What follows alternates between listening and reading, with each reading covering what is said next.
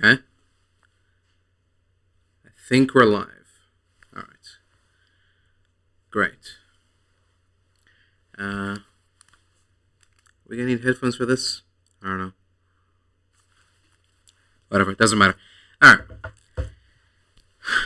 Hello, everyone, and welcome to the review for the first episode for the second season of the show that we all know and love as Fallout.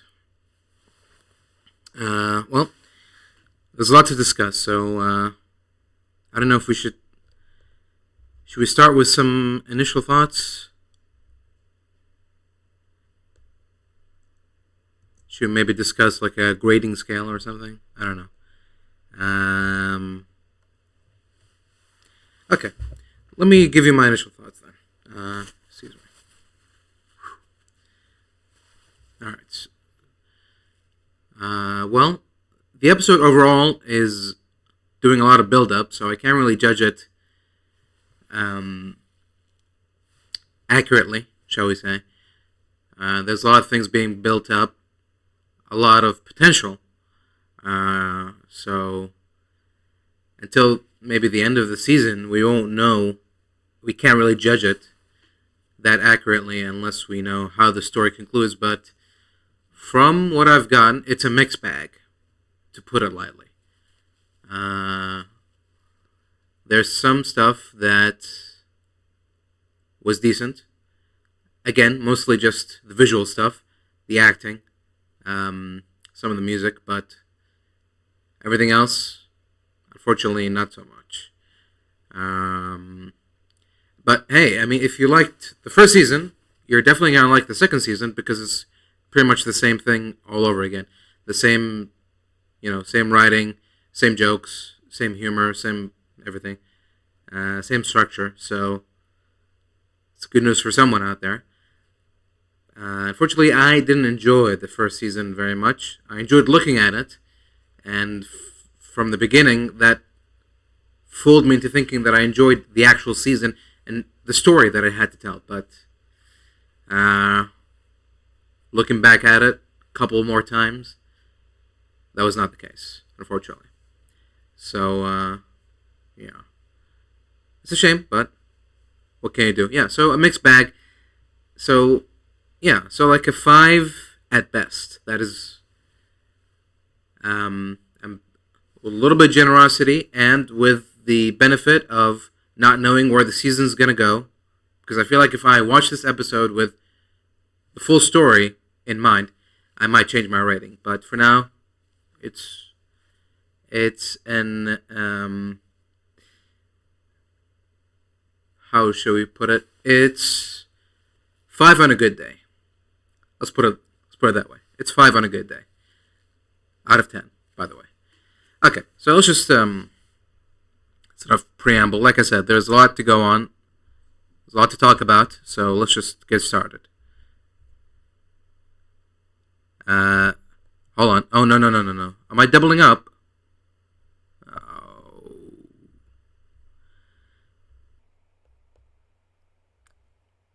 Crap. I hope that wasn't, annoying too much. I don't know. We'll see, I guess, later. Okay, but hopefully now it's not a problem. Okay. Let's hope so. Anyways. Let me minimize it so I can see. Okay. So I'm just going to pull up the episode and play back and talk through it from start to finish. I talk about the things that I liked and I didn't like. So first off, we had a 6-minute long previously on sequence. I mean, it's good on one hand that they're laying out everything that's going to be relevant in this season, I'm assuming.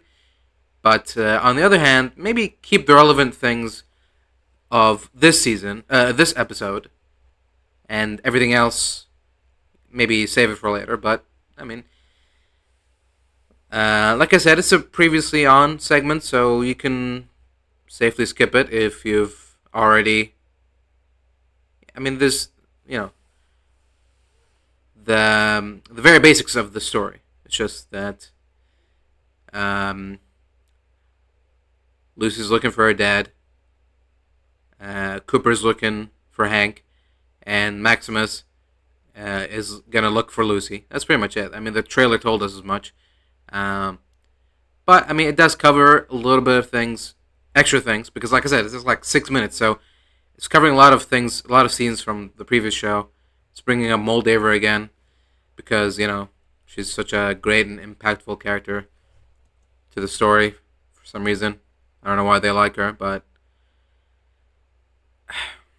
they're just gonna connect her to everything related to the story. But anyways, so the episode is called "The Man Who Knew." I'm guessing it's referring to Hank when you consider how the episode ends. So we start off with a shot of what is clearly a pre-apocalyptic America. I'm guessing it's L.A. And there's a bunch of workers on strike, and they're striking against robot workers. They even got the workers' wives joining in to bashing robots, whose only sin was to be created.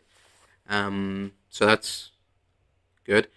Also, Robco and robots have been around for a long time. This is a new thing. I don't know why you're suddenly shocked and surprised that robots are replacing you. It's not like it's happening in an instant. But, because we have AI in our world replacing people, we gotta put that in a Fallout show where it's an alternate universe, alternate timeline. Nothing is even remotely close to our world, but I mean, whatever floats your boat. Yeah, it's weird that these robots who've been around for many years.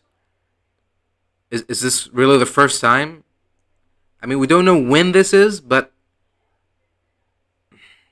it seems to be. It's not clear, but everything seems to be happening at 22 in 2077. But I could be wrong. There's no date. So maybe not. Anyways, yeah. So workers are mad that the robots are taking their jobs. When I mean, there's like a war on. There's resources are running out. Stuff like that. I feel like there's other things to worry about. But I guess it's all related. I mean, if you can't work, then you can't feed your family, and war creates less or more jobs depending on how you look at it.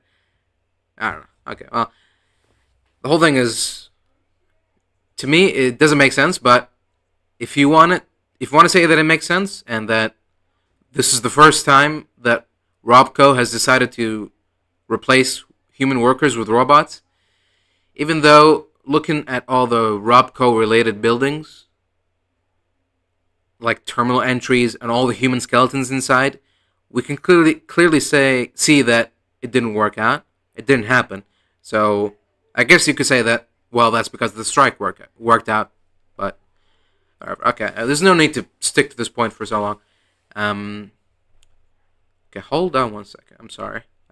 Just want to make sure that I'm actually live, and I'm not just talking to myself. Let me just make sure. Okay. It's saying live, and if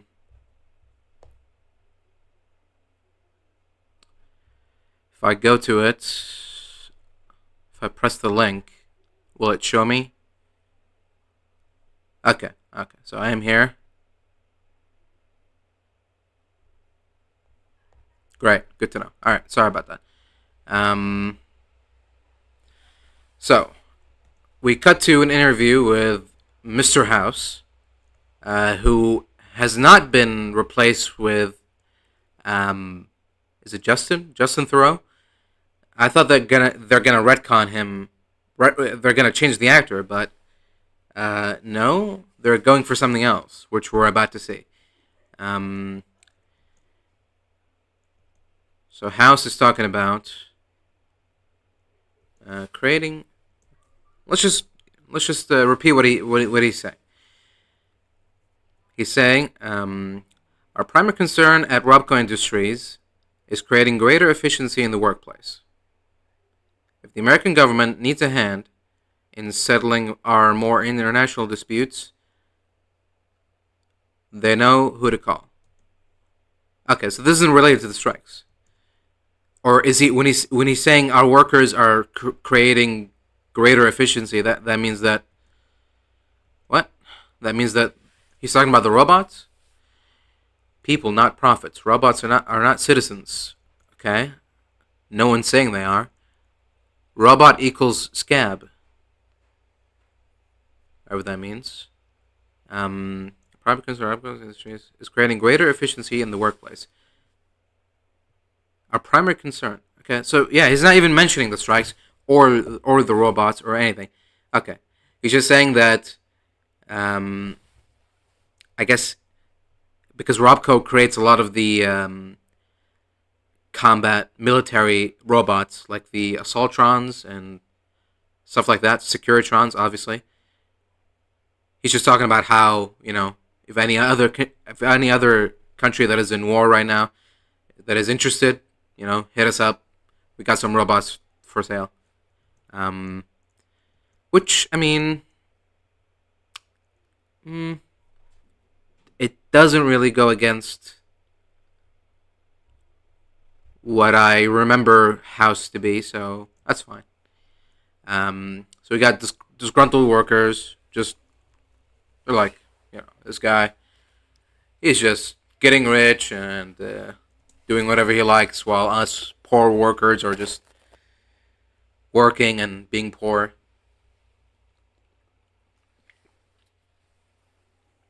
And it's just a terrible, terrible thing.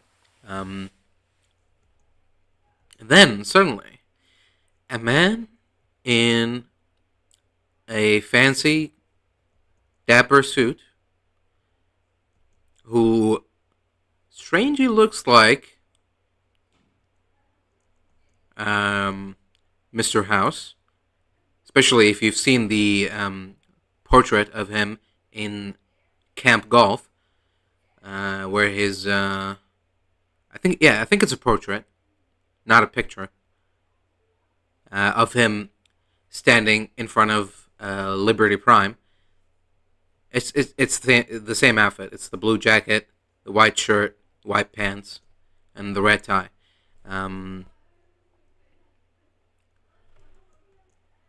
Goddamn parasite is what he is. We didn't vote for this dumb maggot.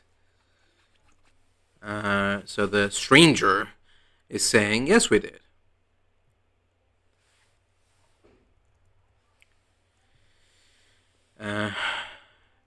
Every dollar spent is a vote cast. And that fellow right there has more votes than every one of those pan-headed politicians in Washington. Pan-headed. Like a stew pan? Pan-headed, okay. Another politician in Washington. Again, what? Is he talking about, like, votes in, like, shareholder meetings, or... Okay. He's just saying that he's a powerful guy. But, I mean, he's talking about himself, obviously. I guess they're just doing that. They're doing a thing of Mr. House's, he's got a double pretending to be him all the time. So I guess if something bad happens to him, he doesn't actually die. His double gets killed. Which I feel like is a trick that only works once, depending on how good of a match your double is. And this guy is definitely no match. But sure. So anyways, these guys get pissed off. They're like, why are you talking good about this guy? Why are you glazing him, as the kids say? And he's basically saying that the will of the American people was to endow that man with a significant portion of its wealth. Well, that can't be a bad thing. So he's basically saying that, you know, yeah, he's rich, so what? That's not a bad thing. Which is, I mean, fair. Just because you have money doesn't mean that you're a bad person automatically. Um, so he asks what trade they're in, which is interesting phrasing. Not what do you do for a living, or what do you work as, or something. Who do you work for? Which, I mean, I guess you can infer that. But they say construction, and he says, "Oh, so you must use the H&H nail gun. Um, it's a marvelous machine. Nice in the hands, smooth action. Sure beats using a silly old hammer, doesn't it?" I thought he'd be grateful. Uh, so is he saying that nail guns are just being used as a replacement to hammers? That can't be right. I feel like nail guns have their uses, but are they an alternative to hammers? Um, unless he's talking about the small hammers, the ones used for nails. Okay, I'm thinking of a sledgehammer, which is a completely different thing. So if he's talking about regular hammers for nails, then I guess, sure, you know what? Why not? But obviously, this guy hates House, and this stranger, is talking big about House, complimenting him, and talking like he's his fan or something.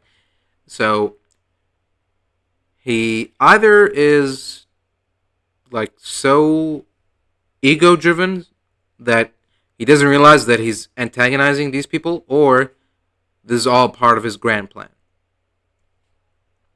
But so I guess, seeing how this scene ends up, I'm guessing this was his plan all along, or maybe he's basically he saw that these people are anti-house, and he was like, I'm gonna use them for what's about to happen. And so in that case, if it doesn't work out, if my little experiment doesn't work out, then whatever, they're my enemies anyways. I don't need them, I guess, maybe. But yeah, anyways, uh, they got all close, up and close and personal. They're getting even more agitated, but he doesn't care. He just keeps smoking, and let's just skip ahead. He keeps insulting them. They pull him out of the bar place, into the back, where he just happened to park his car. Um, Now, in the sunlight, old house here, looks like looks like I don't know. It looks like a Pixar character or something. He looks like he's got that Woody hairstyle. It looks like there's something off about it. It looks clearly faked because it's like so gelled up and just so forced to look a certain shape that it looks so unnatural. Um, Here, let me pull up a screen grab here. See that? Zoom in on, yeah. Remove that guy. This is Mr. House. You know, um, like, even I don't know. I'll have to, like, I have to find pictures of the actor in person, but I feel like even his nose is fake there. It's so weird. Something off about it. Yeah, I think it's just that, like, weird long tubular shape hair in the center there. Um, but yeah, whatever. Everything besides that, it's fine. You know, he sounds like him. He sounds close enough like him. He talks close enough like him, and he looks close enough like him. So I'll allow it. So when they pull him out, instead of defending himself or trying to de-escalate, he asks the big guy to hit him in the mouth because he thinks that he'd enjoy it. Now, I don't know if this is supposed to be like a point on rich people are crazy, or is it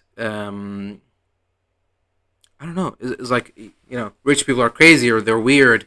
They do weird, crazy things. They're not like us regular people. Or if he's actually doing an experiment to see if he likes getting hit, which, I mean, I'm sure he must have gotten hit once or twice before. Did he enjoy it back then? What makes him think he's gonna enjoy it now? I don't know. But anyway, for some reason, he was just in a mood for getting punched. So the guy obliges, and he goes, "You know what? I'm rarely wrong. Let's move on." So there you go. Is that gonna come up later? Is that gonna be a plot device later where he discovers that he actually enjoys pain? I don't know. But anyways, so it's good. It's a good thing that these guys decided to pull House, or not House, or the stranger, or whatever he's called, out into the back lot where the car is, and not somewhere else. Maybe further inside the bar. Maybe they dragged him inside a bathroom and had their way with him. They could have put him in their car and drove off with him somewhere far, far away, and had their way with him there. But no, they pulled him exactly where he needed them to be pulled, which, considering what he reveals later, it feels like he didn't even need to do that, because these guys already seem like they're being brainwashed into doing the exact specific things that the script needs them to do. But anyway, so he tells them this is $31 million, and he's basically saying, "Look, you poors, there's a lot of money. You obviously need that money, so I'll give you that money in exchange for doing a little experiment on you. I'll inject this little thingy in you, and I'll try it out, see if it works. And if you do that, I'll pay you." He's just saying that, I'm just doing research. I'll give you the money. I don't know if he's talking to the one person, or is he gonna split that three ways, or each person that injects that thing into their heads gets $31 million each, to a total of $93 million. I don't know, but anyway, the guy doesn't clearly is like, no, because you're one skinny little guy, and we're big burly construction workers. We could just beat you up, kill you maybe, and take your money and leave. No injections necessary. Now, the problem is, House has the injection device right here, and the guy is right here in front of him. This is his head. This is the device. So, Mr. House just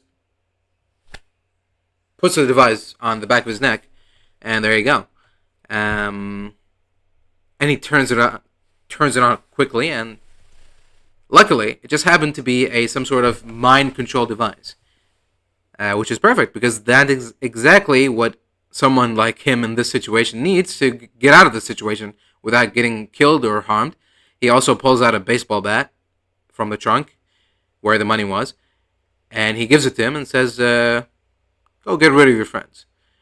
I love how the other guys look at all this.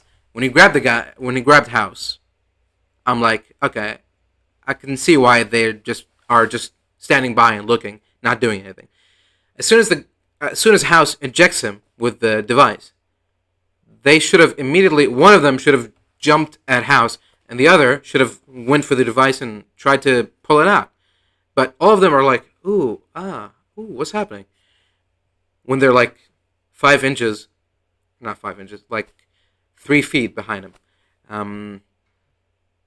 And then when House gives him the bat and goes, go take care of your friends. Go get rid of your friends. Uh, I guess you can say that he was whispering it or something. Um, but either way, he turns around slowly with the baseball bat, and he clearly seems to be brainwashed, or in like a zombie state.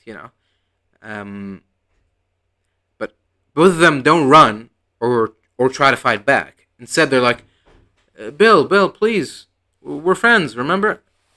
And obviously that doesn't work, and they all get beaten to a pulp. And then House references the nail gun again because the guy is beating on him strongly, I guess. So I guess, and then he goes, "Oh, so you fellas do use the H&H nail gun?" Okay, even though he's like swinging, he's not doing a nail gun motion. I don't get the connection. But anyways, so when he's done with the two fellas, he then sets his eyes on House. I guess he's gone rogue or something. It's an early experiment. It's a prototype. So he's still in murder mode. So House panics and starts fudging with the little remote device he's got that controls the device that he's got injected in him. And it doesn't work. The guy still keeps coming towards him. Until suddenly he just freezes. One of his eyes twitches. And then his head in its entirety explodes. And I guess we're meant to take that as, the device is still in an early stage. It works at the beginning, and then it doesn't. It stops working. It stops functioning. It stops receiving commands. It overheats maybe, and explodes with the host along with it. Yeah, and this is our first scene, right? After the aforementioned 6-minute recap. This is the first segment where we have a flashback to Mr. House doing this mind control device research, which I'm trying to remember, were there similar mind control devices used by other characters in the Fallout world?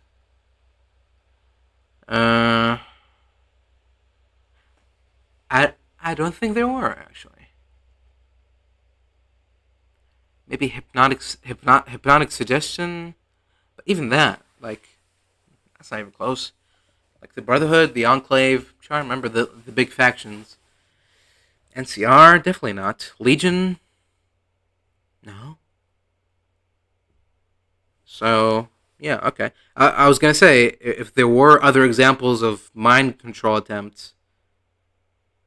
No. I was just gonna try to say that this is the thing that we've already done in this world, but we haven't. So fair enough.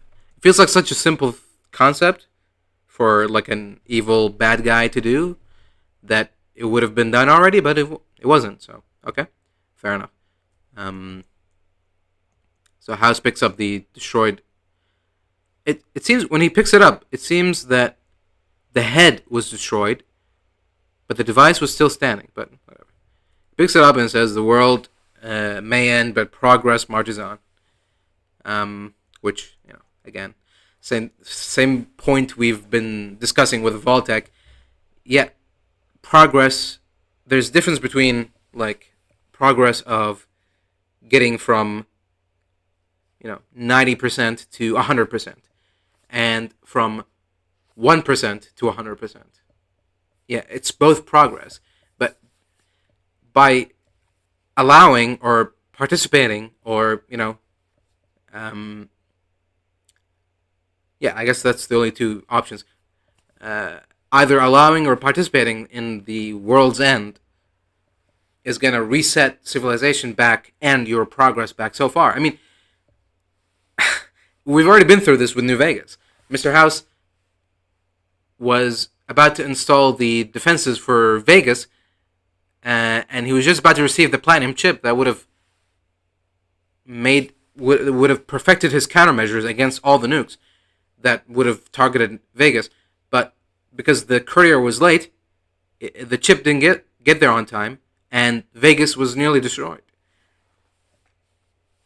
And when he finally woke up, you know, years and years later, it took him such a long time, and it was such a hard process to get back everything, back on schedule. That I feel like I don't know. I mean, this house hasn't gone through this yet, this experience, but I feel like surely you should know that trying to live in a pre-nuclear war civilization is going to be different than living in a post-nuclear war civilization. But oh well, I mean, you're the smart guy, so I'll just trust in your instincts and that you know what you're doing. So, anyways, that was the intro to the show. Now we cut to present times, and we're in the Mojave. We're in Novak, which is slightly different looking than than it was before. But I mean, we've talked about this before with the trailer reaction that we did. But I feel like if you're gonna go out of your way to bring up a place that is familiar with a lot of New Vegas players, shouldn't you at least try to make it look a little bit like the place you're trying to copy? I don't know. I feel like that would be the first thing I would do if I was doing a well-known place. I would try to make it look as close to the place that it does in the source material. But here we got Novak, and as you can see, where's my finger? There you go. Okay. This is the dinosaur with the thermometer. And then there's a pool, and then the motel rooms are at the back, behind the pool. So, yeah, a little bit different from how I remember it. But to be fair, and I think I might have mentioned this also in the trailer reaction, but technically any motel with a no vacancy sign can become Novak. But I mean, when you mention Novak to a New Vegas player, and your story takes place in the Mojave Desert, in the New Vegas area, and you mention Novak, I feel like there's only one Novak that comes to mind. But and a motel that also has a dinosaur with a thermometer. I don't know. That's an awful lot of coincidences, but it's not really that big of a deal.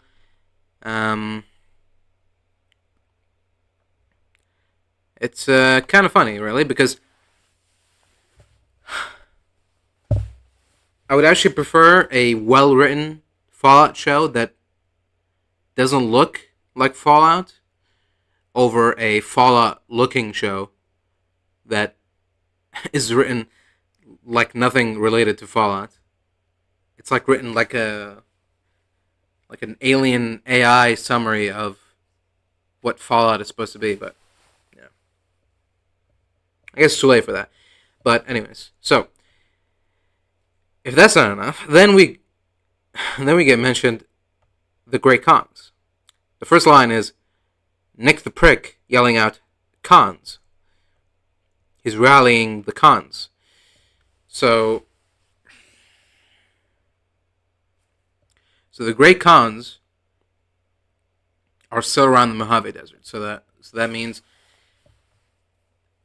that eliminates a lot of the options related to them in New Vegas. So that means that they weren't convinced to leave Caesar's side, or they weren't convinced to look elsewhere for their glory.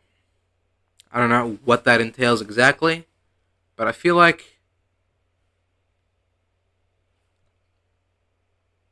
I don't know.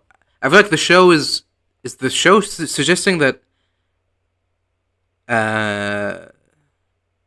Caesar's legion took over the Mojave?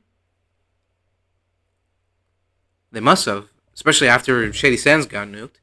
I feel like, yeah, I mean, that's basically, there's no NCR anymore.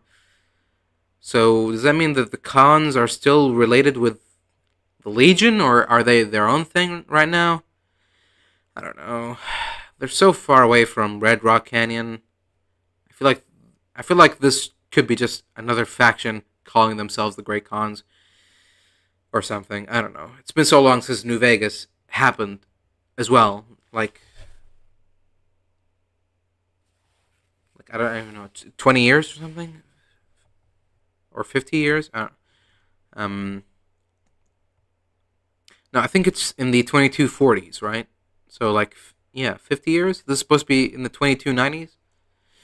Anyways, yeah. So the cons are in Novak,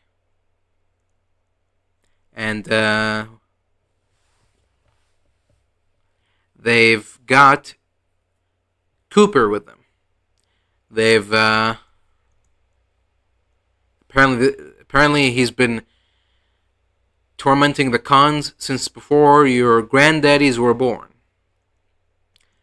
So, granddaddy. So that's like 3 generations prior to that. So, like since the 2200s, he spent a whole century tormenting cons for some reason. Um, I feel like we got it hasn't been really established that well if the cons are supposed to be like they were in Fallout 1 and 2 or like they were in New Vegas. Because in New Vegas, they're like basically Native Americans living on a reservation. And the Great Khans before, they were just glorified raiders.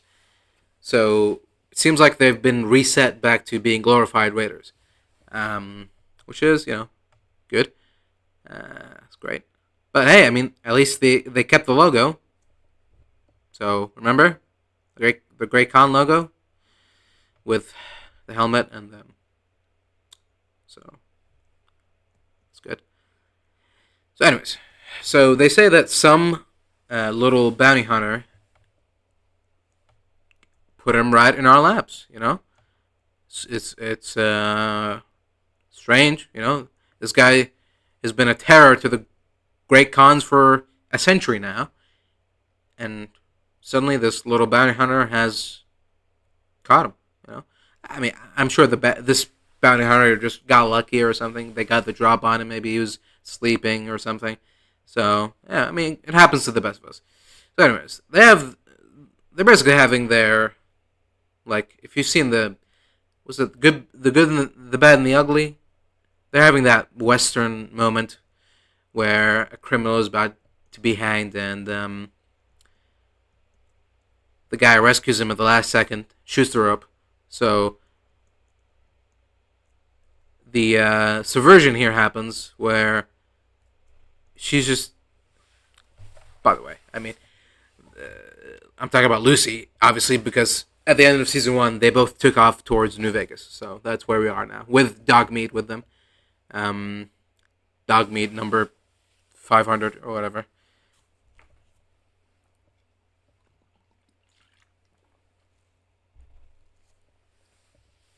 So, anyways, Cooper is just taunting them. He doesn't care because he knows that, according to the plan, Lucy is gonna shoot the rope, and he'll be free, and he'll kill all the cons, get the drop on them, and are they just doing this to loot them, or do they need information about Hank? I don't know. Yeah. Anyways, so he's just sitting there waiting for her to shoot the rope. She doesn't. So they pull down the plank, and he starts choking. Then that's when Lucy goes, "Excuse me." She's she's just basically trying to go for the pacifist run, and he's going for the genocide run, and she's trying to, like, I don't know. She's trying to pass a speech check to convince the cons to. Well, first of all, she reveals that she's the bounty hunter that gave them Cooper. They know that. She reveals to the audience, I mean, that she's the one that gave them Cooper. That's why he surrendered so easily, because it was all a ploy to get here. So then, having revealed that she's in on it, she's with Cooper, she then goes, because he's got a bounty on him. Oh, okay. So their plan was to erase the bounty on him that the cons put on him by when she hands it in, but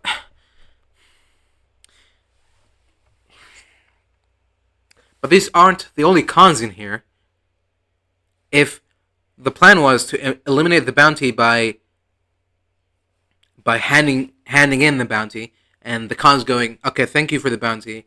Now that you've given him to us, we'll remove the bounty off the list because he's no longer needed. He's no longer a bounty, so why should he be on the bounty list? Done. And then before they hang him, he gets rescued, and his name is still off the bounty list. But if that's the plan, then unless, like I said, they're the only cons ever in the whole of Mojave, then another team should have been like, yeah, what happened to the cons over there?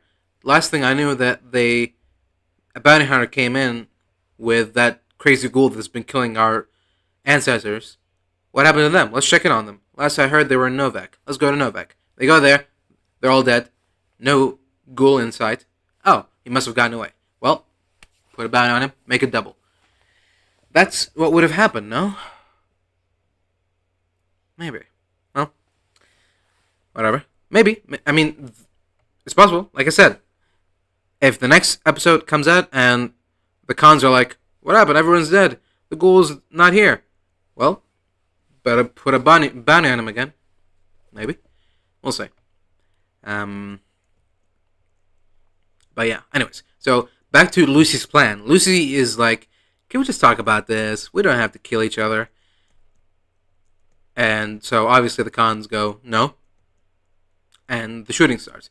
So, then, not only that, she's like, let us go and give us back the caps for the bounty that you,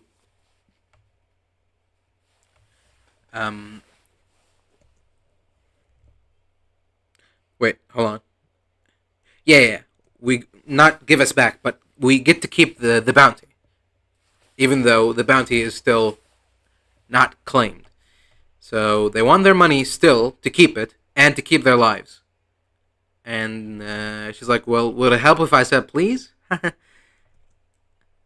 so he goes, whoever kills the girl gets to eat the dog. Which, it might sound like an over the top line, but in this world, I'm sure everyone in this world has eaten a dog or two. So yeah, she goes okie dokie and shoots the rope. Doesn't miss or anything, just one shot, one kill. But I mean, she was a master marksman or whatever in her vault, so that makes sense. So yeah, anyways, big shootout starts happening, and then they play Big Iron because New Vegas, right? New Vegas, Big Iron, cowboys, revolvers, right? Remember? I mean, thing with that is, you can look at it both ways. You can go, well, I mean, yeah, it's like a Western. It's set in the Mojave, in the West Coast, So, obviously, they will play like a Western-style song, and Big Iron fits because Cooper's got a big iron on his hip, So, it all makes sense. But on the other hand, you can go, well, this is just clearly just an attempt to pander to your audience. So, whether or not you accept that, that's up to you, I guess. But, like, I didn't care for it too much. I feel like the action, the way it was shot, didn't fit the song. There was a lot of slow-mo. I feel like an already slow song, I feel like would have benefited with more fast-moving movement. But yeah. Oh well. That's just me. That's a personal opinion, by the way. That's a personal opinion. I'm not saying that this is a criticism or anything. That's just how I felt watching it. So, anyways, we cut to Cooper healing his wounds, the wounds on the rope from the strangulation with a fusion core, which, again, this does that mean that the fusion core constantly emits radiation, even when it's not being used? It's enough radiation um, to heal a ghoul. So would that in turn be enough radiation to affect someone, ghoulify someone? Dare I say? I don't know. Well, they don't know either. They don't care. They just he just heals with the fusion core and then throws it away. Um, I'm guessing it's about to run out of power soon. Otherwise, fusion core in the post-apocalyptic world, it's valuable. I've played Fallout 4. I know how valuable they are. They're like, they can be up, they can be worth up to like how much? Like 351 caps or something like that. All right, they're pretty valuable. So, anyways, Lucy and Cooper keep traversing the Mojave. Um, they're suddenly in like a big desert with no landmarks or anything in sight. The whole point of New Vegas, the game, was no matter where you were on the map, you could constantly see New Vegas on the horizon. But here, I could be wrong, but they've just got big desert and a whole mountain range around them. So it looks like they're just in this big valley somewhere. Yeah, it's just mountains and mountains. And the desert doesn't even looks more African. I know that they shot in like Africa and did they shoot in Spain too? I think they shot in Africa, just in Africa, like somewhere on the west southwest part. But yeah, anyways, they keep trekking and trekking, and they finally see New Vegas on the horizon. And again, it's a little bit different than in the game, but it's been some time. There's like a big highway too. I don't know if I let me pull it up too while we're at it. Why not? Let you guys see it.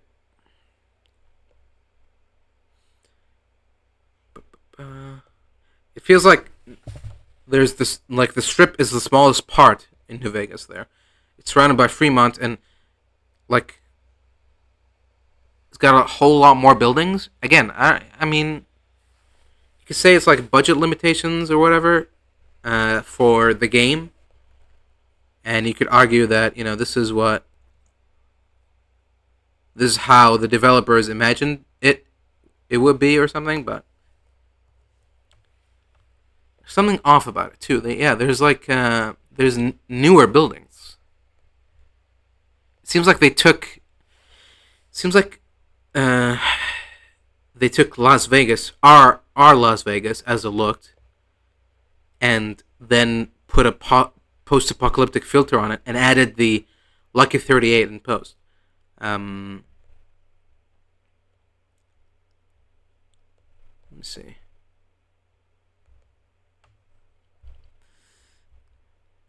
Oops. No.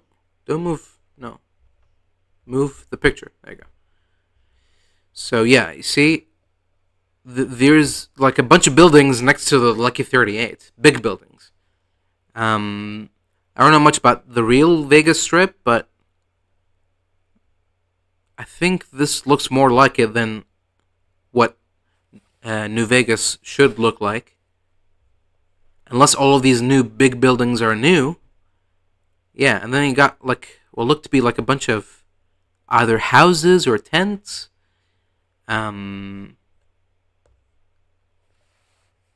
Around. I think I know. I think the difference is not just that big highway on the left there.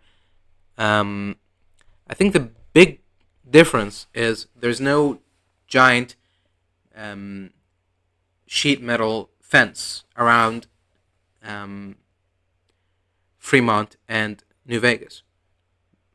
There's no barriers. There's no walls. It's just those little houses and tents you saw, and then like a bunch of big buildings and the Lucky 38 in the middle. Well, not in the middle, but like further away a little bit. Uh, yeah, there's no barriers. There's no gates or anything. So I don't know. Am I seeing one side of New Vegas there or something? Am I missing something there? Um, if if they get to New Vegas and suddenly there's a giant fence all around it, then I'd be like, where was that from the shot from episode one? That was in there. There was no wall, but we'll see.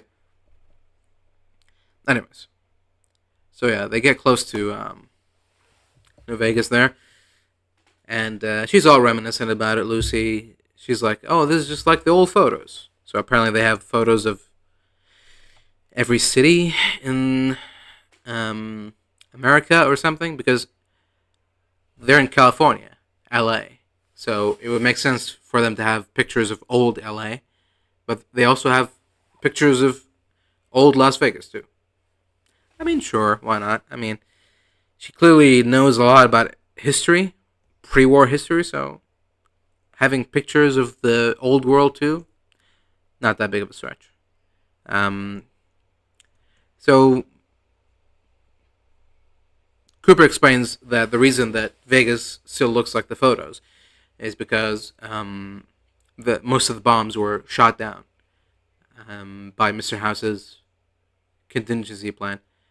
Um, and she's like, well, if you could do that here, why not do it for all of America? And Cooper explains that no, it wasn't America that did this. It was Mr. House. Um, he did it for Vegas, to save Vegas. And then what did they say? Oh, she's like, well, maybe that's where your family is, somewhere safe. And he goes, nowhere near Robert House is safe, implying that, you know, obviously, I mean, I guess, yeah, we already know that he must have heard him in the meeting, in the Let's Nuke the World meeting, but I mean, the trailer showed that Cooper met with House before the war, so we know there's going to be a relation there. Lucy asks, why would my dad go to Las Vegas? And Cooper scoffs and walks away. I don't know why. Out of all the questions, he stops responding there. Okay, here we go. We got... Okay, this is something new. Look at this. Now we got a much clearer image there of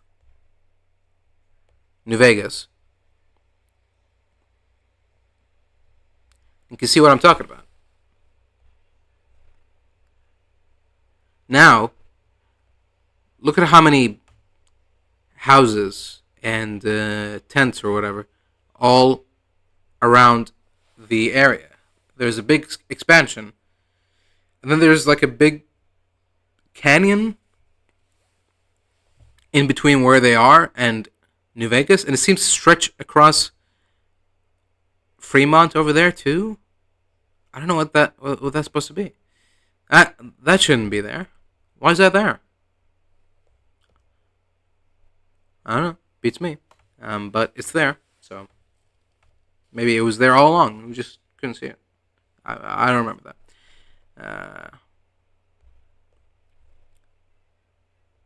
So yeah, I actually just thought of something. Is the reason that they showed them in Novak and then cuts to them walking and then cuts to them arriving to New Vegas? Is that supposed to imply that they took the like the safe route that you could take in New Vegas in the game by going down from Good Springs all the way down to the Mojave Outpost, and then going east, this way, towards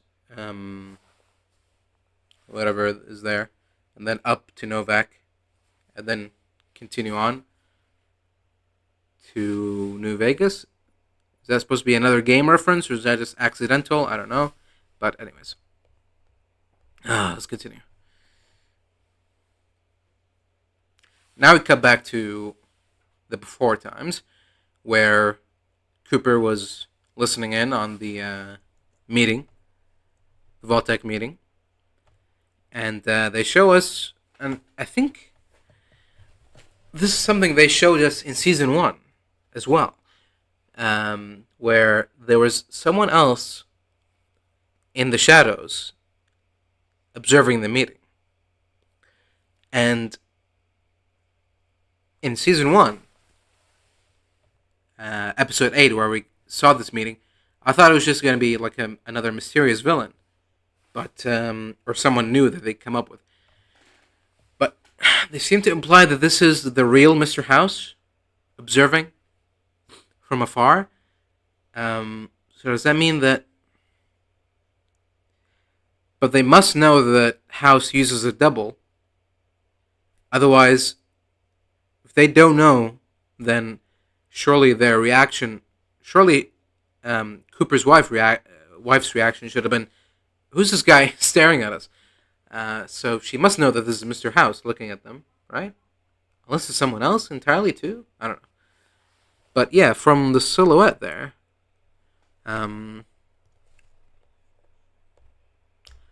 on. Let me send you an image. And you can be the judge. No. Why did it save that frame? Keeps saving the wrong frame. Stop. And plop. And plop. Can barely see it here. Actually, I wonder. Now that I've got the picture here, if I can mess around with it. I could probably, if I had time, I could probably open up like a photo editing program like Photoshop or something and try to turn up the contrast and see if we can make out who's that supposed to be. But I feel like that's Mr. House. But anyways, doesn't matter. So yeah, we cut to the same meeting and the same revelation. We hear that all over again. Yes, Vault-Tec. And Cooper's wife herself is A-OK with ending the world.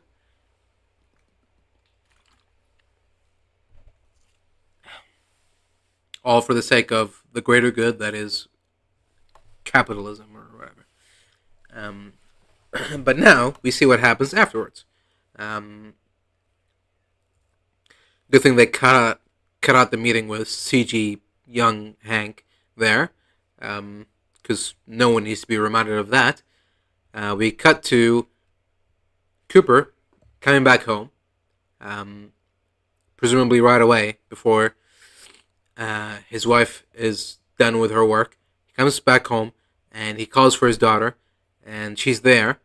So apparently it's not a school day, and even though it's a work day, and or maybe it's school is just over. Anyways, so he tells her to grab her things, grab some of your favorite outfits and your favorite toy, and we're gonna go.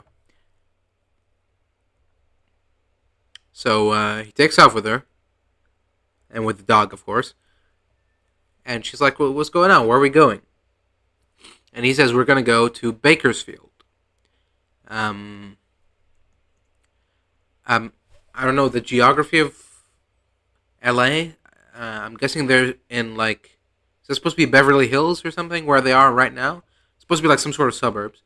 So they're going to Bakersfield, which is that? It's not Shady Sands, and it's not. Is it? Is it where the Masters base is? No. there is a significance to it in the in Fallout, in the Fallout lore. It was there, but was it the Boneyard? I thought the Boneyard was something else. Excuse me. Let me see. Baker's Necropolis, right? Necropolis, of course, is the city where the nearby inhabitants of Vault 12 became irradiated thanks to thanks to Vault-Tec's clever experiment of, I wonder what happens if we irradiated some people. You know, I wonder what happened. If we just left the door slightly open to the outside world and let the fallout slowly seep into the vault. That's a funny, epic prank. So yeah, the answer was a bunch of ghouls.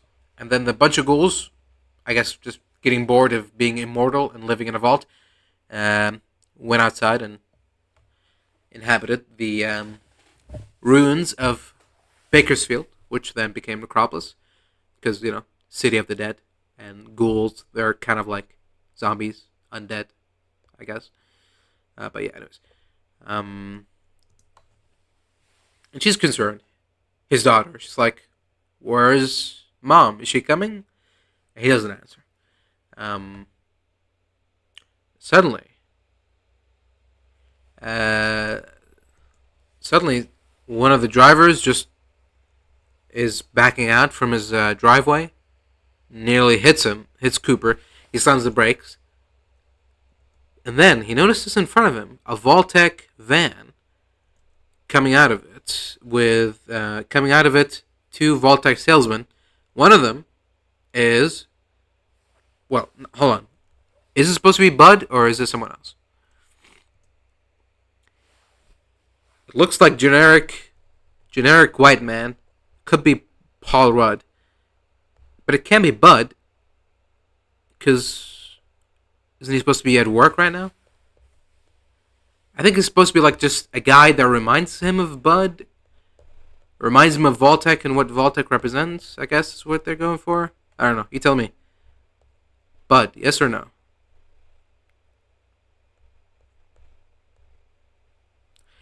Anyways, doesn't matter. So yeah, he just sees the salesman going around selling the vaults, which, you know, now he knows are basically. Well, does he know that they're going to be experiments? He doesn't know that. He knows that Vault-Tec will end the world. So I guess he's like, you know, Vault-Tec represent the end of the world. And also, there's a alarm test going on, and the alarms start blaring. I don't know how much of a heads up they had, but when he turned on the radio, he was like, the alert system test is about to start in 10 seconds. It's like, oh, well, what if someone wasn't using the radio right now? How would they know that? So anyways, yeah, 10 seconds later, alarms start blaring, and everyone goes, well, we're all about to die, so we better run. Everyone start driving, running into each other. You know, people are calling their parents or something, like, you know, oh, we're gonna die, goodbye, or something. And then he sees a vertibird fly by, and as he's tracking it, he sees the one of the billboards for Vault-Tec with his face on it. So I guess he's like linking him with Vault-Tec and the end of the world. He's maybe somehow holding himself somewhat responsible for the end of the world. He's been selling these vaults to people, and now he knows that the reason that these vaults are being sold is because Vault-Tec is gonna nuke the world. So, I mean, he couldn't know that, and he didn't know that. So, but you know,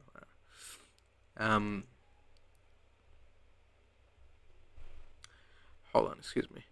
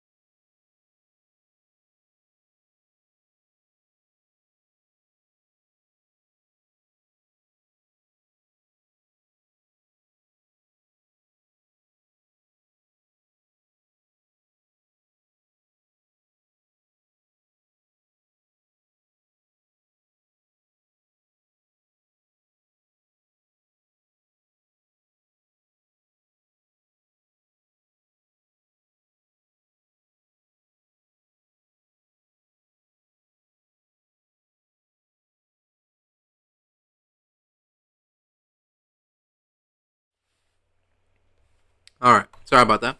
Just had to blow my nose there. Hope that didn't come up on the mic there. It shouldn't, but anyways, sorry about that. If it did. So where were we? Yeah. Okay. So we're done with that scene of another little drip feed from Cooper's past. So now we cut to Vault 33, everyone's favorite. And you see the guy sucking on a lollipop. Water chip is still broken. And they don't know how to fix it. They don't know what to do about it. I'm guessing that, well, we're skipping ahead a little bit, but I'm guessing that someone is going to take on the mantle of water chip locator, just like someone else did in Fallout 1. Remember Fallout 1? Remember the water chip? In it. So, there you go. Masterpiece. Anyways, so Lollipop Man comes in, and he's just, he's just so depressed, doesn't know what to do, so he's just stumbling around, I don't know what to do, I don't know what I'm doing here. I'm so sad. So, fucking Angus, what's her name? Betty, who's not overseer anymore because Sarah is. She's like, maybe you should find something you like and do it. So he's like, okay. Can I get some snacks? She's like, yeah, sure, whatever. Just get out of our way. Let us fix the water chip. Then we cut to Sarah, the overseer, who's a completely different, completely new character. It's like as soon as it was revealed that Sarah was from Vault 31, it's like a switch flipped in her head, changing her personality entirely. And we saw a little bit of that in season 1, right at the end, where suddenly she's like all acting suspicious and evil and sinister and planning. And now we see it in full force, where she's just like a cartoon character. I don't know what's happening to her. That's not the same Sarah, I'm not really a big fan of Sarah and her character, but this is just completely different. You're just changing her character because now you've revealed something about her past. So now she has to act evil because she is evil, even though she shouldn't, because it doesn't make sense. Hank wasn't acting evil, but I don't know. I don't know what they're trying to do. They're just trying to create tension or something. So I don't know. Anyways, so just putting up with these boring people and their boring requests. And what do you think being an overseer was going to be? Do you think it was going to be like being like an emperor or a king, just sitting on a throne and eating all the food you want, and sometimes granting boons to the peasants?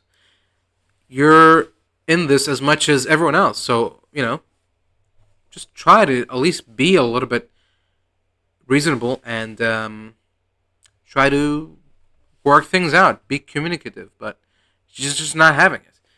I mean, the guy's request is boring. He not even boring. It's a nothing of a request. He's saying that in Vault 33, when I walk out the door, I go to the right.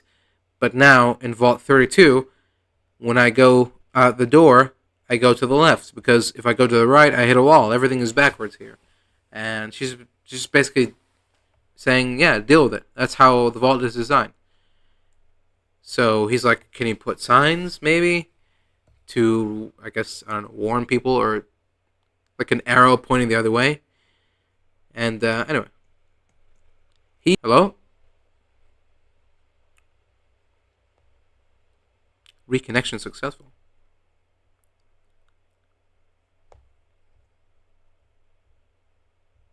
Something happened? I don't know. Hope not. Okay. So, anyways, yeah, the guy just bumbles out, and I think, is he the same guy that was like in the voting? He's like, I voted for Betty, by the way. when you're not supposed to tell people who you're voting for. But anyways, so he comes out and we see Chet holding Sarah's baby, and I mean, at one point I'm like, can you take at least a little bit of responsibility for the child you've created? But at the same time, I'm like, Chet, I don't know what to tell you, man. You should have seen this one coming. You should have. You should have expected this, you know. So I don't know, but anyways, he's just stuck holding the baby, and she's just click clacking away on a terminal, pretending to care about people's requests. So that's great. That's gonna turn out great. Um, and then he goes out and goes the wrong way, and then remembers that it's the opposite on this vault. So that's funny, I guess, to some people. Oh god, we're not even halfway. Okay. So yeah, he's just Chet comes in to check in on her, and she's cutting. She's cutting an orange, sinisterly, by like it's almost like she's slicing the throat of the orange, and she's acting all evil and diabolical, and he's just asking simple questions of her, and she's like, "Are we having an argument?" So that's great. I don't know if this is like supposed to be like a woman moment or supposed to be an evil moment. I don't know, or both maybe. I don't know, but there you go. That just happened. So clearly she's just not gonna take any responsibility for her position or for her baby or for Chet. She just wants to live independently from everything else. Um, or I guess she wants to alienate everyone else so she can continue her secret work being whatever it is because she's from Vault 31. So that means that she's part of Vault-Tec from the pre-war. I don't know what her job was. Uh, yeah, and then there's like Chet is keeps referring to the baby as the baby because we haven't named it yet. So she's like, "You go ahead and name it." It's like this is the future. That isn't like Reclamation Day. Isn't this what this is all about? The next generation gets to, or is that something else? Is she planning on inhabiting the world by herself? I thought the whole point was to repopulate and you know thrive as Voltec. But she's like, whatever, baby, get him out of here. I don't care. I got a job to do, which is just to do this over and over again. So that's great.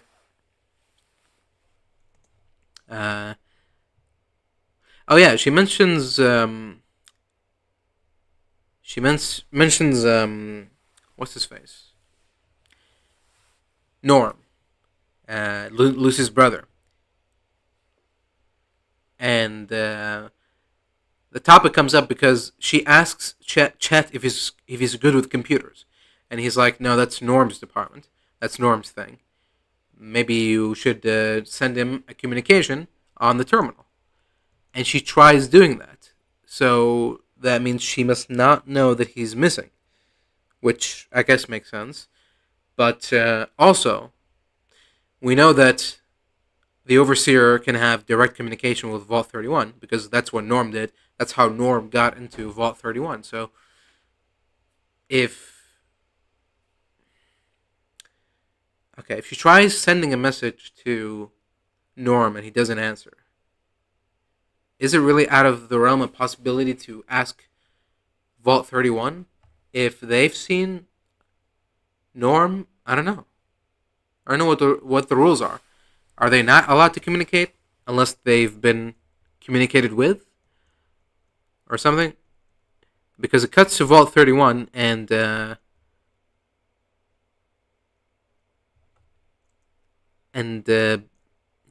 Bud robot is like intercommunications, intervault communications disabled.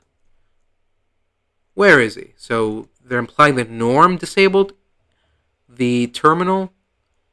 I guess so that no one can contact Vault 31. Maybe. Um. So yeah. So Norm is still stuck here, and he's been eating something. I'm guessing some sort of emergency rations or something, and he's been drinking water from a dripping thing that's coming from somewhere. Anyway, so he's basically still managing to survive just enough. Um, and the Bud robot is continuing to try to get him to go into the cryopod and continue the Vault-Tec plan of reclaiming the world someday, eventually. It's like the world, like the actual world, is gonna end. The sun is gonna get close enough that it burns the Earth itself before your plan is ever ends up succeeding at this rate. But yeah.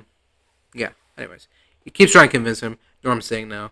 He starts taunting him and trying to get in his head, but it doesn't work.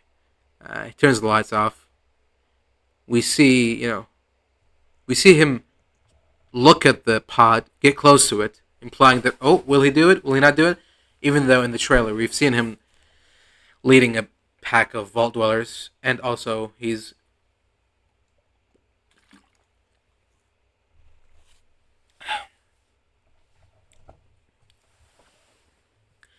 Lucy's brother, so he's a good man. He's not gonna do something evil, obviously, because then, well, then everything he's been doing and everything he's been preaching about in the first season will be completely hypocritical and completely like in not incompatible, but like irrelevant, I guess. I don't know. Anyways, back to New Vegas, and Lucy and Cooper are still traversing the wasteland. I guess they're not stopping in New Vegas, or they're not because they're tracking Hank, and they found his power armor footsteps, and he trampled over a guy or stomped on him. How was he just sleeping and he stomped over him, or were they fighting and he pushed him down and then stomped on him? But the way the footsteps are like arranged, it's like he's just walking in a straight line, and there was this guy there, and he just stomped on him and kept moving. I don't know. Anyways, there's a guy stomped, and he's stomped in half. So yeah, they continue the tracks, and then they find an old lady with a stall, and she's selling flea soup. So Lucy, trying to, try to be friendly and trying to be friendly and nice with her, and trying to get information on where Hank might have gone. She's like, one flea soup, please. And she goes, okay. So she ducks in front of a bowl, or like a pot, and does this. So I'm not sure it, but it doesn't. I mean, isn't that just like, isn't that just dirty water, or how does? Okay, well, I mean, I guess you can take anything and call it whatever you want. But anyways, I mean, it's only two caps, and I'm going back through this, but she makes the flea soup for her, and oh, she does. Okay, she okay. I see the two. Yeah, they've shown the two caps there on the side. She does pay for the soup, because when I first saw it, she asks for the soup. She gives her the soup. She pretends to drink it. Asks about Hank, and she goes, "Yeah, he went that way." And then they keep walking. I'm like, I mean, I know it's flea soup, but pay the woman. But she does, thankfully. She does get the two caps, so at least there's that. You know, uh, the old lady is like, "That bastard killed my son," and Lucy's like, "No, I'm sure he's fine." And Cooper is like, "No, he's dead." And she's like, "Yeah, just my luck. He's dead, 'cause he owed me money." and she's like, "Oh, I'm sorry about your money. Get it? Because it's not, you know. I mean, I'm sorry about your loss would work as well because she lost both her son and the money. Both would work, but I mean, but wouldn't be as funny or something? Question mark. I don't know. It's funny to someone, I'm sure. Okay, so Cooper is like asking Lucy, "Well, what are you gonna do when you see your father? Um, are you gonna do the usual of you basically not doing anything and I do all the killing?"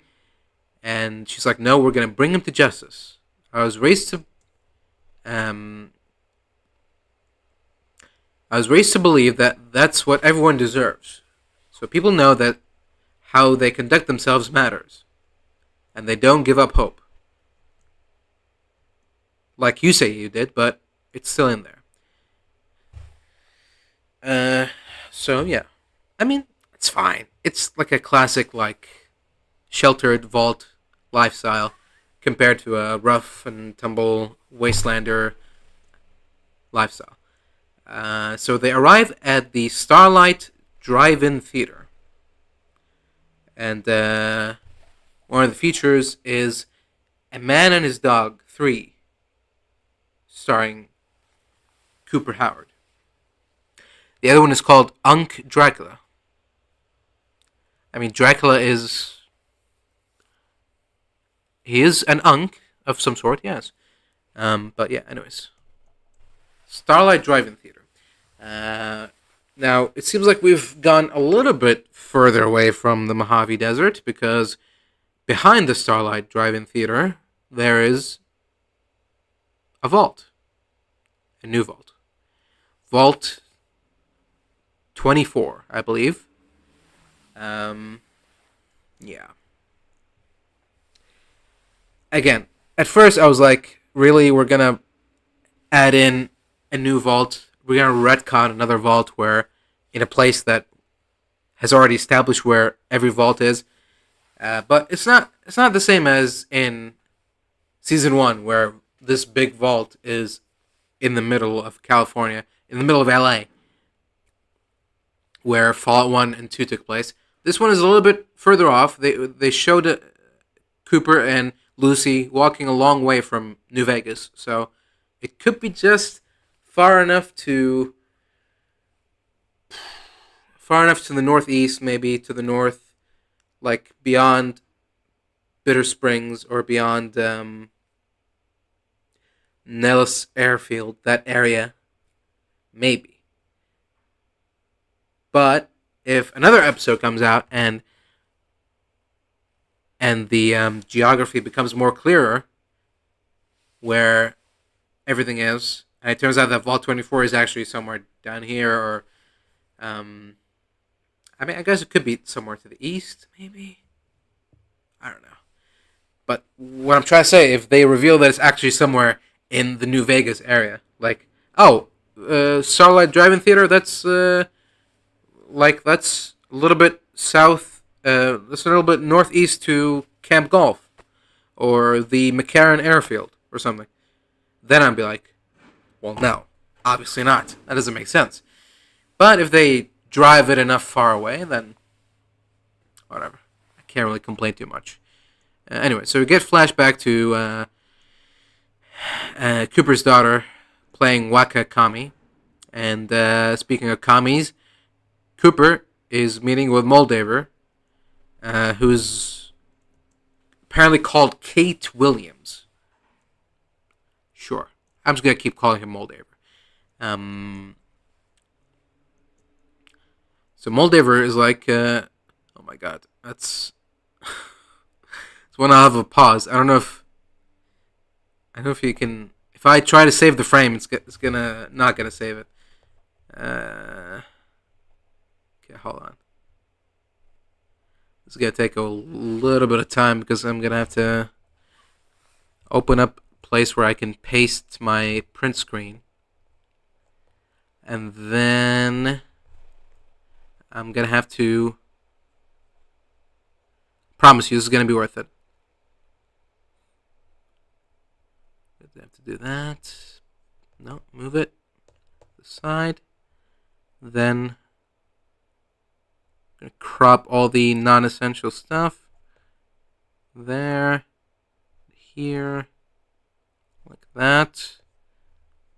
And then do... Oh, there's a little bit to the right. Let's get rid of that. Get out of here. Okay, and save as picture.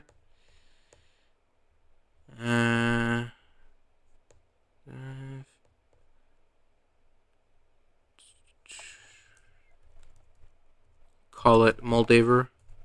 Moldaver.jpg. Okay, and then hold on, here it comes. Ready? 3, 2, 1. Boom. There you go. I just paused randomly, and that's where I ended up. I feel like this should be a good thumbnail. Should have chosen this over the other one, which we're about to get to in a little bit.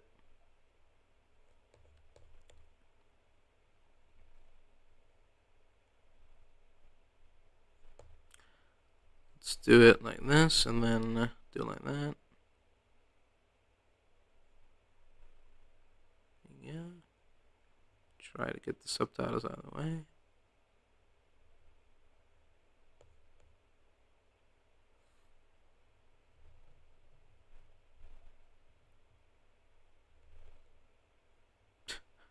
I don't know what I'm doing. Am I really just gonna keep her here? That seems a little bit cruel. Okay, maybe I will. Anyways, so Cooper tells her that by the way, Vault-Tec, they're planning to destroy the world. It's just like, yeah, okay. And he's like, what do you mean? You knew about this? And she's like, well, now you do too. So what are you gonna do about it? And she's basically saying that you've got star power. She's just a humble commie scientist. She has no power, no authority, but you can open a lot of doors that she can't. She can meet with people, powerful people, influential people, like Robert House, who, let's just say, is also building a privately owned missile system in Las Vegas with enough firepower to follow through on your wife's proposals. Okay, so she's saying that the countermeasures that Mr. House built on the New Vegas Strip are not meant to destroy the nukes. They're meant to launch nukes on the whole world. And the nukes are, privately made or what? Okay. She says, when the bombs drop, it'll be Robert House that presses the button. And he goes, are you asking me to spy on the world's wealthiest man? And she goes, not spy on him. So, what? She's saying kill? She's saying your wife's going to Vegas next week to sell cold fusion to Robert House. Then he'll have everything he needs to press that button, unless you stop him. What are you talking about?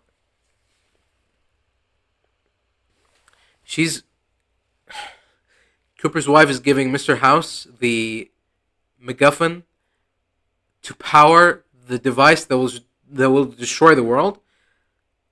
How does that make sense? Again, we've already talked about this. The whole reason that the world is at war with each other is because of the lack of natural energy resources. Now you've unlocked that. You've unlocked infinite energy. There should be no war instead of even more war. And at the same time, they want simultaneously both to have infinite energy, which would save the world, but also they want to destroy the world still because capitalism or something. Okay. I mean, we obviously know this is not true unless they retcon it for some reason, but we know this is not true. Like I said before, Mr. House's countermeasures that were installed in New Vegas were meant to destroy the nukes that any nukes that may come towards Vegas, um, and they were supposed to be powered with the upgrade from the Platinum chip OS. The Platinum chip didn't arrive on time, so he barely managed to survive all the bombardment, and everything went, topsy turvy. He barely managed to survive, and yeah, his plans got delayed because of that.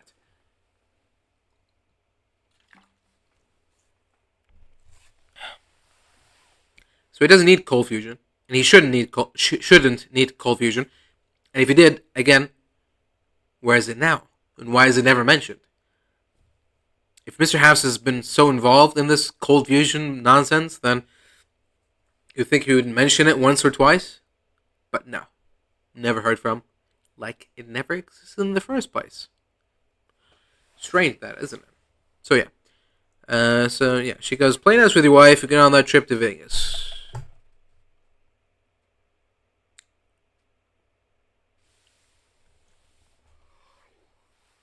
So he tries to basically, tap out. He's still not convinced to do it. Um, I guess because I'm guessing either it's a combination of he doesn't trust in her plans or he doesn't want to play nice to someone who just admitted that they want to kill every person on planet Earth, which, fair enough. Um, so yeah, it could be a combination of those. Uh,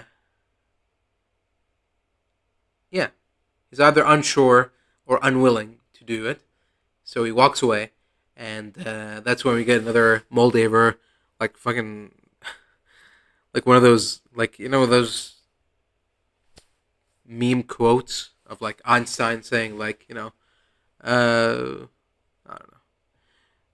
something, I don't know, I can't come up with anything right now. I'm sorry. Anyways, she goes, when the world goes down in flames, at least you'll know your hands are clean. Um, I'm sorry, what are you doing, lady? What is your contribution into saving the world? Name one thing, please. Um, in in one or two sentences, please.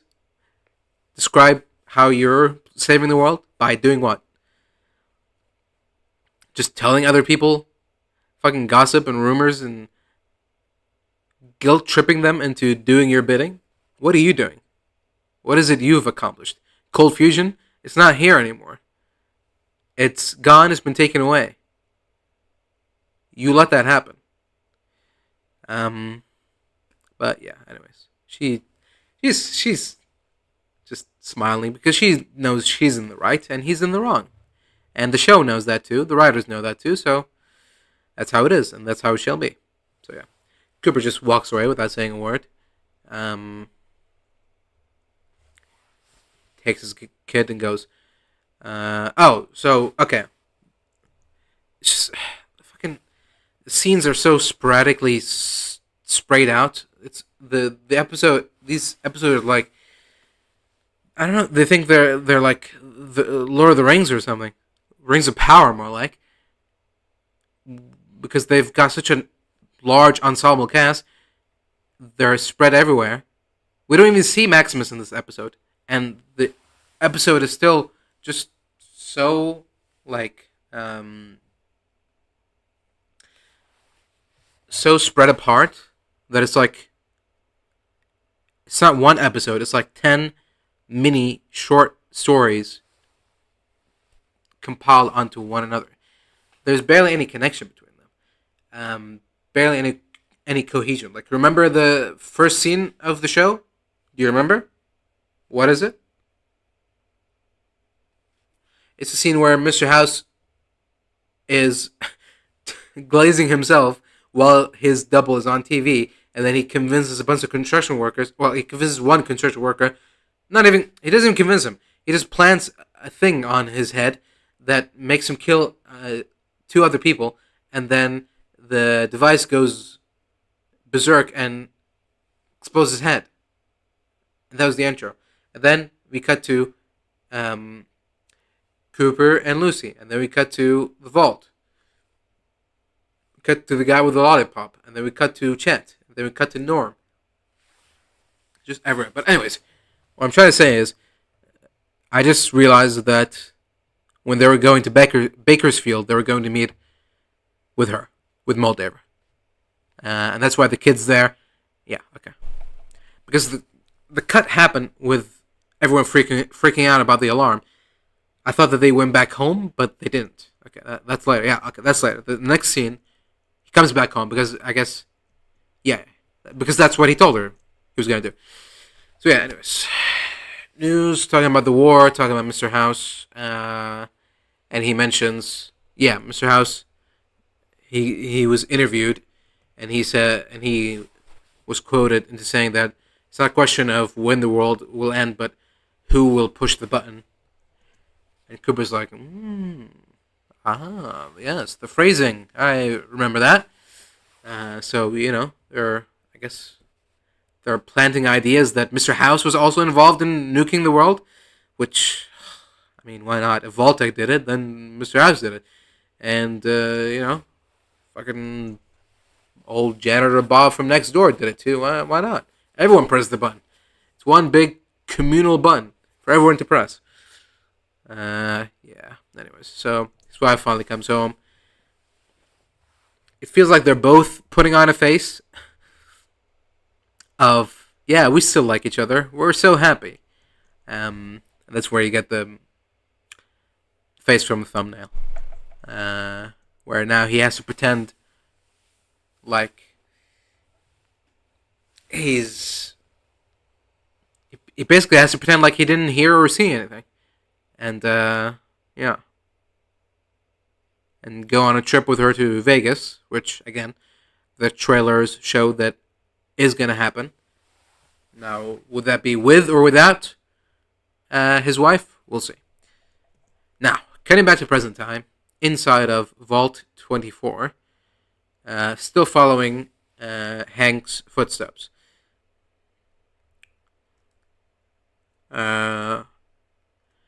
Lucy is a little bit taken aback because she's not used to vaults looking like, all ruined and banged up, because she's used to living in Vault 33 where everything is nice and perfect. Mentioned Vault 4, which is... Anyways. By the elevator, they see a weird, like a winter cap. It's not a beanie. I don't know. Isn't it in Fallout 4? It's like called the Ushanka hat or something. It's like a deep winter Russia, wintry, woolly hat with little commie red star on it. And they're like, what's that doing here? Interesting. So they go down the elevator, and I'm guessing we're cutting to somewhere else. Yep, we're cutting back to Vault 33.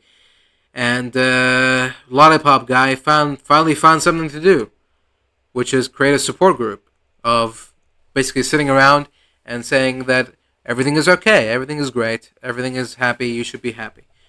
Basically, that's it. Because he's like, God, bring up the little incest joke that they're so proud of for some reason. He's like, say it with me, it's not my fault that my parents were related. It's not my fault. The two people are like, yeah, it's not my fault.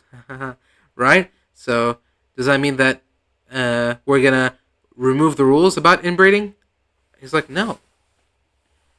It's okay to, it's you shouldn't feel bad about being products of inbreeding, but it doesn't mean that you get to do it now. And they're like, oh, let's get out of here. It's like, get it? Because they wanted to, because they were related and They wanted to fuck, and that's it.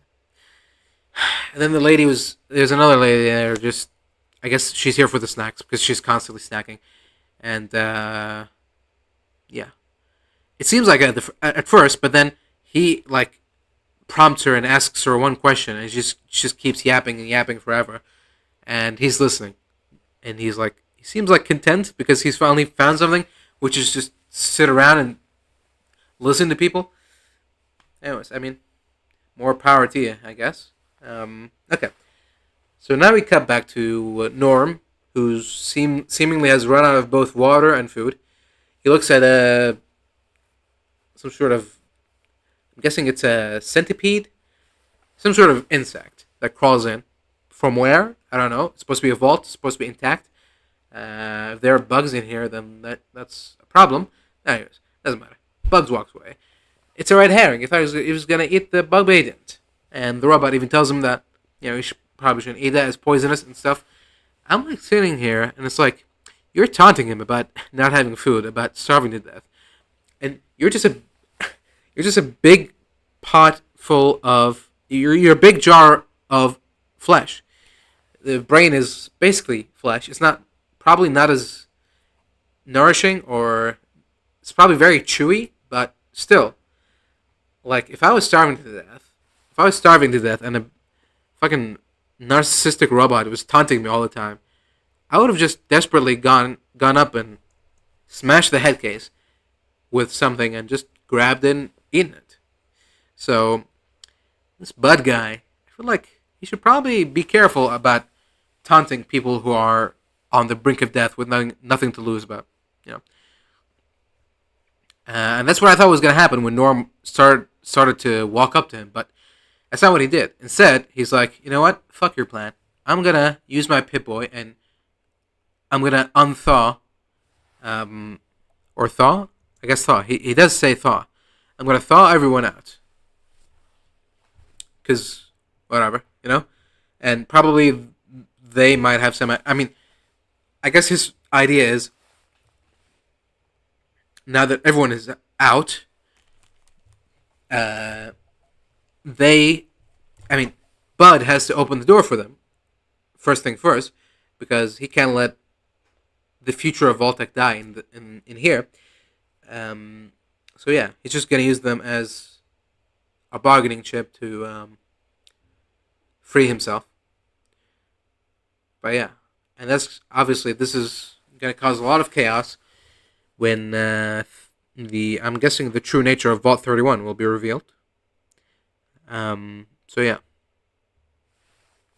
And even Norm admits it. He's like, plans are hard. Chaos is easy. So that's what he's going to do. He's going to release everyone and let chaos take it from there. So yeah. Not a bad plan. I personally would have still smashed his brain case open, but that's just me. What was I going to say too about Robo Brain and stuff like that? I don't know, something else. Doesn't matter. Okay, let's move on. God, okay. We finally get to Vault 24 inside. Got down the elevator. And inside, there's a bunch of people in red outfits wearing commie hats with commie flags. So Lucy's like, what's going on? Why would Vault-Tec let commies live inside their vaults? And Cooper goes, what does he say exactly? He's like, I wouldn't be so sure that they did. And he pulls the collar off one of the commies, and he sees that mind control device, which I'm guessing he must know about, because he had a hunch that was the case, and it was the case, indeed. These are not just commies, they're mind-controlled commies. So, either House and Vault-Tec were cooperating on experimental vault together, or House sold his ideas for the mind control device to Vault-Tec, and they used it in their experiments. Either way, the mind control device is being used. I mean, it takes a while to reveal this. The show does, but basically, the experiment of Vault 24 is: can we get normal, everyday American citizens? Can we get them and mind control them into becoming communists? Um, Now, when Cooper and Lucy arrive inside Vault 24, everyone is dead, and they're all sitting there with the devices on them, with the outfits on, staring at like Russian, not Russian, but like communist. I think it's Mandarin and English, communist propaganda that is playing on loop for like fucking nearly 300 years now. Well, not like nearly 250 years. Um, so my point is, we don't know. Did the experiment work or not? We don't know. But we do know that an experiment has happened here, which is, can we make people into commies? Which, I mean, it's an oddly specific experiment, but I can see where it's coming from. You know, it's basically a mind control. Can we take someone who has a completely unique identity and lifestyle and ideals, and can we just plop a device in, do a little bit of experimentation, and completely change everything about them? Their name, their ideals, their thought processes, their stances on anything, stuff like that. Yeah. I mean, again, to what end? I don't know exactly. But yeah, it's it's something. I don't know. It's something. It's different. I guess it's better than like just what happened if we crossbred a fish with a human or whatever the fuck Vault 4 we're doing. What if you have a human with one eye in the middle? That's he won't be able to use glasses apparently. He has to use special glasses. Anyways, so Cooper steps on a sugar bomb, little, I don't know what you call it, kernel or something. And he follows the sugar bomb trail to the sugar bomb carton, and then he sees one of the test subjects still alive, or he doesn't. It looks a little bit different. He looks like a raider. It looks like a raider that Hank attached the mind control device to. I mean, he must be new, obviously, because everyone else here is already dead, decomposing, and in commie uniforms. This guy isn't in commie uniform and is not dead or decomposing. So, yeah, okay. Either Hank grabbed someone with him. Is this the son of the mother was talking about? I don't know. I don't care. Anyways, so then Hank is speaking through this guy using the mind control device he has plugged in on him. So does he have a mic? How is he? Is he typing? Is it like text to speech? I don't know. But he's using the device to talk to Lucy and basically saying, "Stop looking for me. Go home." Uh,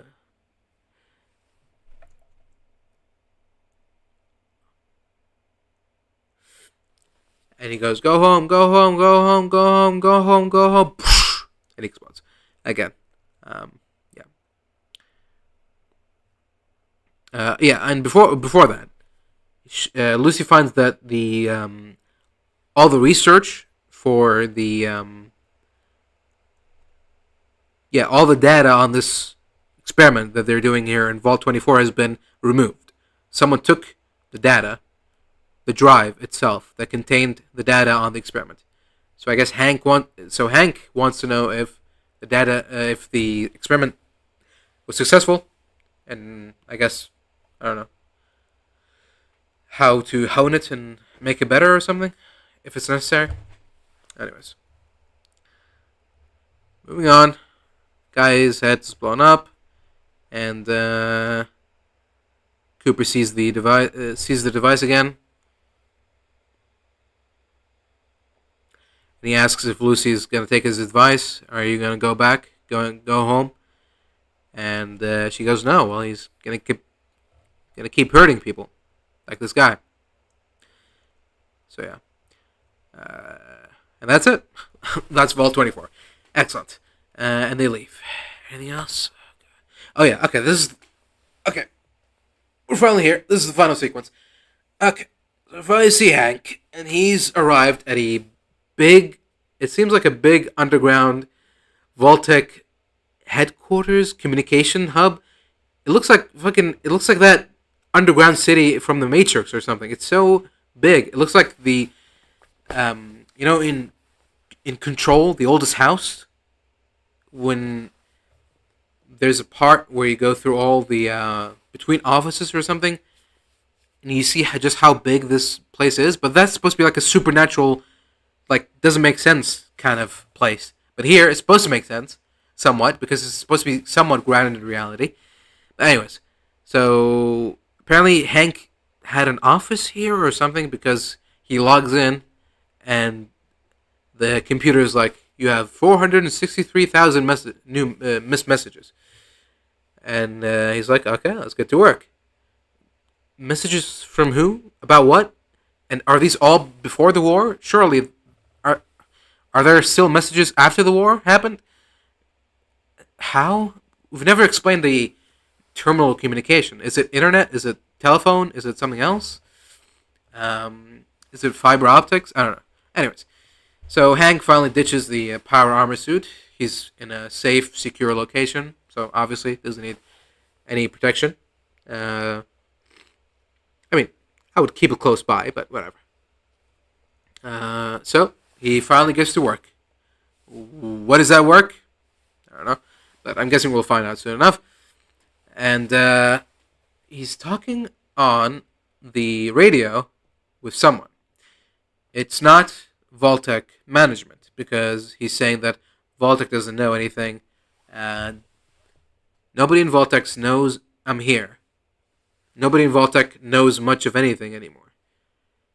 Wanted to let you know I'm still alive. I hope you are too. I'm guessing he's talking to Mr. House. Obviously, he's talking to Mr. House because after the bombs dropped, no one really knew what happened to him. He went into hibernation or whatever. Hold on. Gonna blow my nose again. Sorry. Oh, she's still here. Sorry. Get that. You're out of it. Okay. Be right back.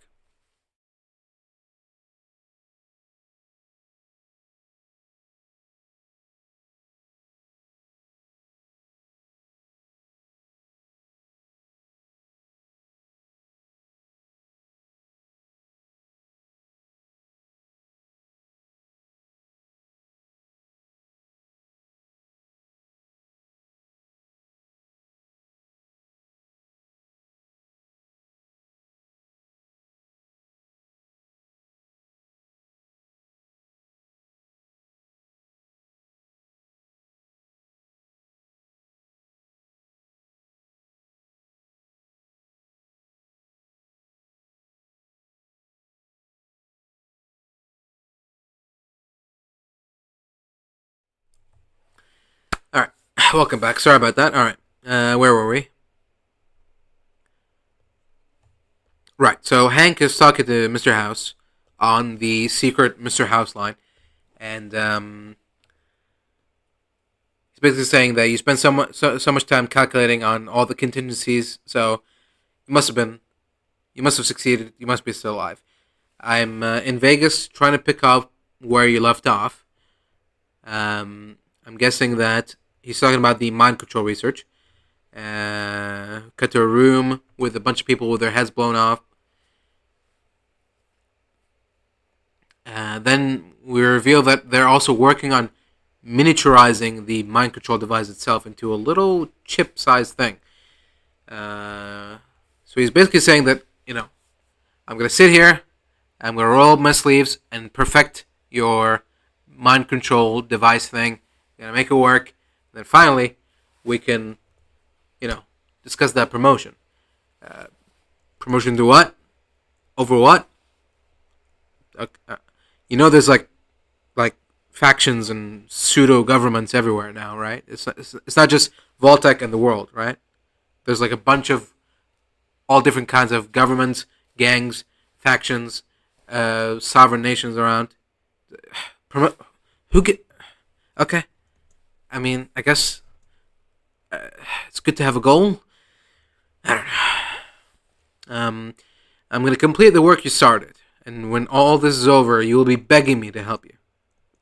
Okay, it's one way to talk to your superior. And that's it. Okay, and we're done. Right at the 2 hour mark, and that's episode 1. Uh, you know, when I've recapped like that, I realize that nothing really much of value has happened. I mean, it is the first episode, to be fair, but I guess what's the biggest thing has happened is that Norm has awakened all of the Vault 31 dwellers. That's probably the biggest thing that's happened. What else has happened? Mr. House is working on some random bullshit mind control devices that we never heard about before. Sure. Um, Lucy and Cooper going around the wasteland.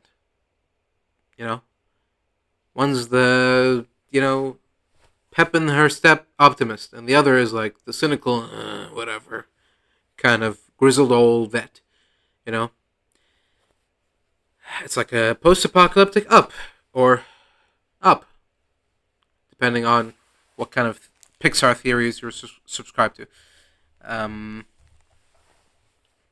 yeah, what else has happened, really? If we want to, like, do a bullet point recap. Mr. House is working on mind control devices.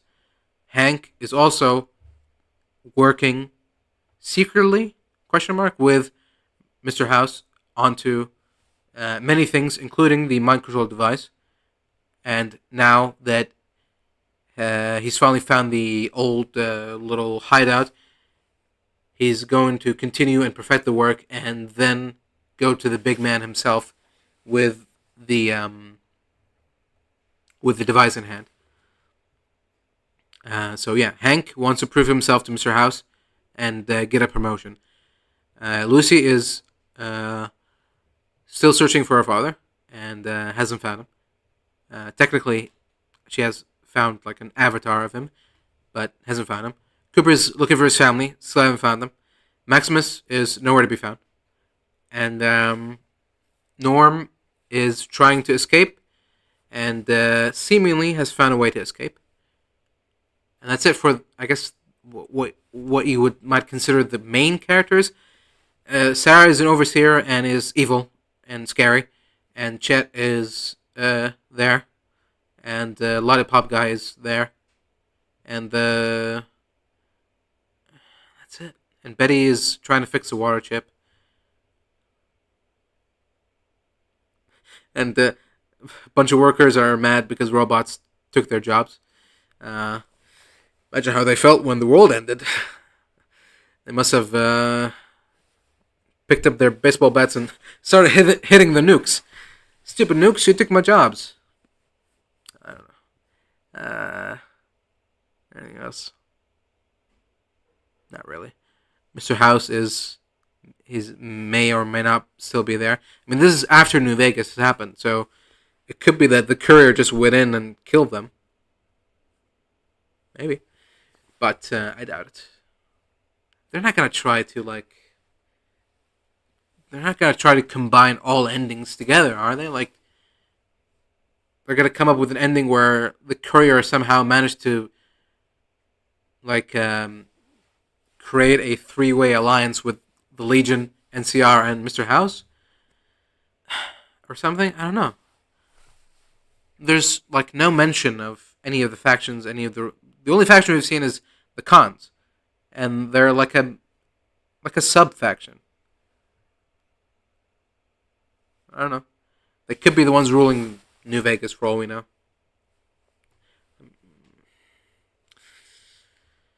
Yeah. Okay. Well, I think I'm done talking about this for now. Episode 1. There you go. Remember when I said it's a 5 on a good day? Now that I'm going through all this again, I'm not having such a good day after all. But yeah. So I'm going to try to make this quick and end it here. Um, Anything else to add? Try to think. Yeah, I think that's it. A mediocre start with less than ideal implications of where this season is gonna lead. Yep, sounds about right.